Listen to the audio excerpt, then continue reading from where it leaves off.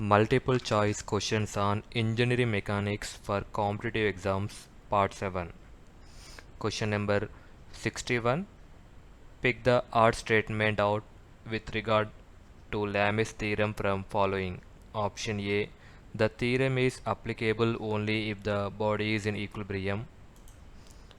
Option B. The theorem is applicable for parallel forces. Option C. The theorem is not applicable for more than 3 forces. Option D. The theorem is not applicable for less than 3 forces. The correct answer is option B. The theorem is applicable for parallel forces. Let us see the explanation. You can see this Lamy's theorem diagram. Lamy's theorem: if a body is in equilibrium under the action of 3 forces, then each force is proportional to the sine of the angle between the other 2 forces. The formula is P by sine alpha equal to Q by sine gamma equal to R by sine beta. So the correct answer is the theorem is applicable for parallel forces. This is the odd statement for Lamy's theorem. Question number 62. A rigid body will be in equilibrium under the action of 2 forces only when. Option A. Forces have same magnitude, same line of action and same sense. Option B. Forces have same magnitude and same line of action. Option C. Forces have same magnitude, same line of action and opposite sense. Option D.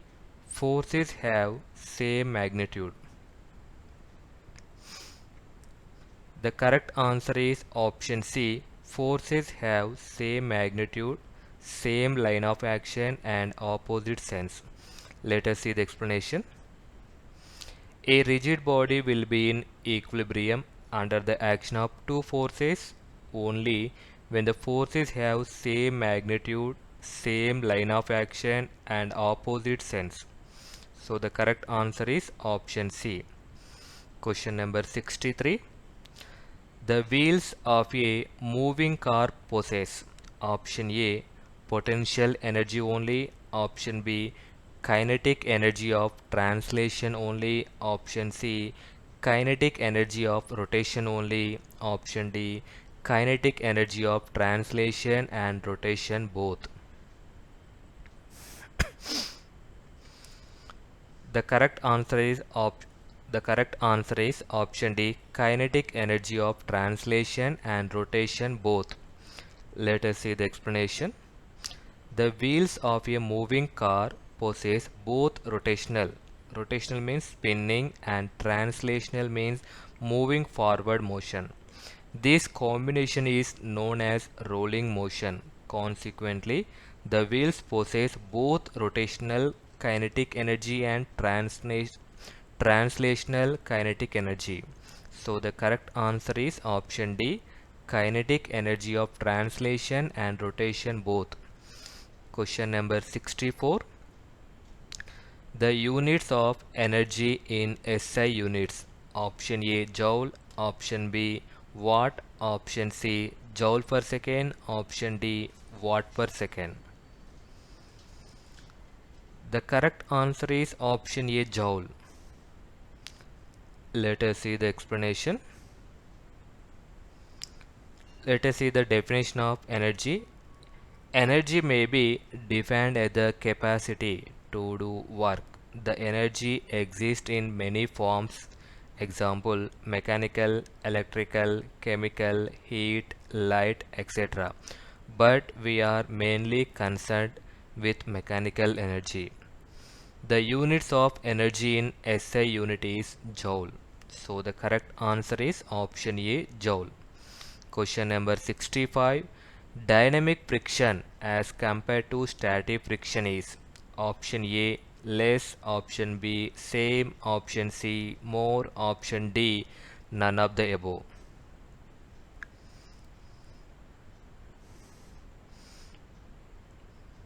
The correct answer is option A less. Let us see the explanation. Let us see the meaning of static friction and dynamic friction.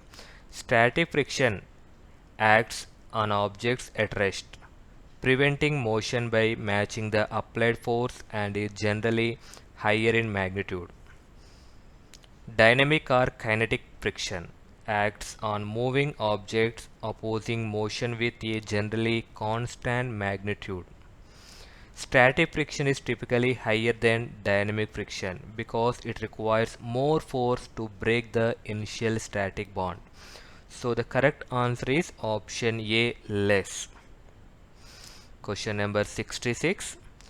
The coefficient of friction depends upon option A, speed of the body, option B, geometrical shape of the body, option C, size of the body and nature of contacting surfaces, option D, nature of the contacting surfaces.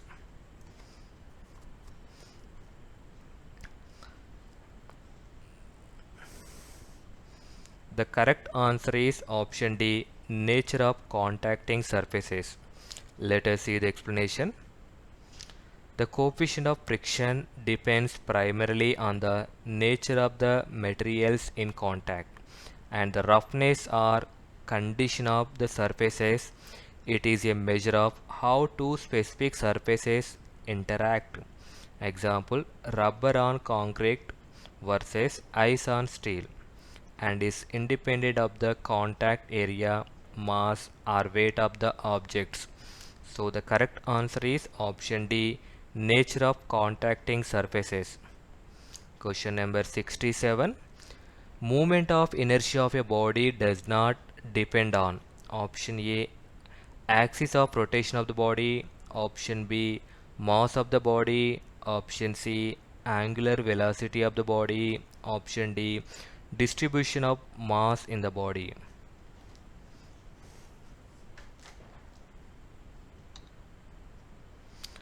The correct answer is option C, angular velocity of the body. Let us see the explanation. The moment of inertia of a body depends on mass of the body, distribution of mass like shape or size, axis of rotation. It does not depend on the angular velocity or speed of rotation. Moment of inertia equal to summation mr square. M means mass, r means radius. So the correct answer is option C, angular velocity of the body. Question number 68. Moment of inertia of an area always least with respect to option A, bottommost axis, option B, radius of gyration, option C, central axis, option D, centroidal axis.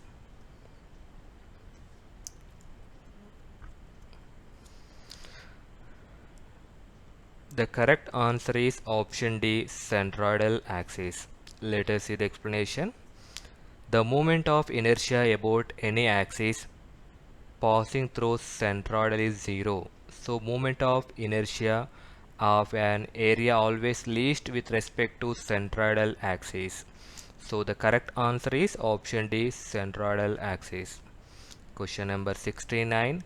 The friction experienced by a body when in motion is known as option A, rolling friction, option B, dynamic friction, option C, limiting friction, option D, static friction.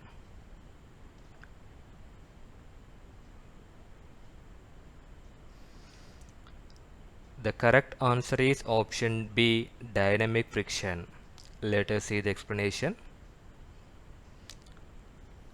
Let us see the meaning of these four options. First one is rolling friction. When a body rolls over a surface. Dynamic friction means which acts on a body when it is moving over a surface. Limited friction means the maximum static friction just before a body starts moving. Static friction means acts when the body is at rest, not moving. So the correct answer is option B, dynamic friction. Question number 70. A ladder is resting on a rough ground and leaning against a smooth vertical wall. The force of friction will act. Option A, downward at its upper end. Option B, upward at its upper end. Option C, 0 at its upper end. Option D, perpendicular to the wall at its upper end.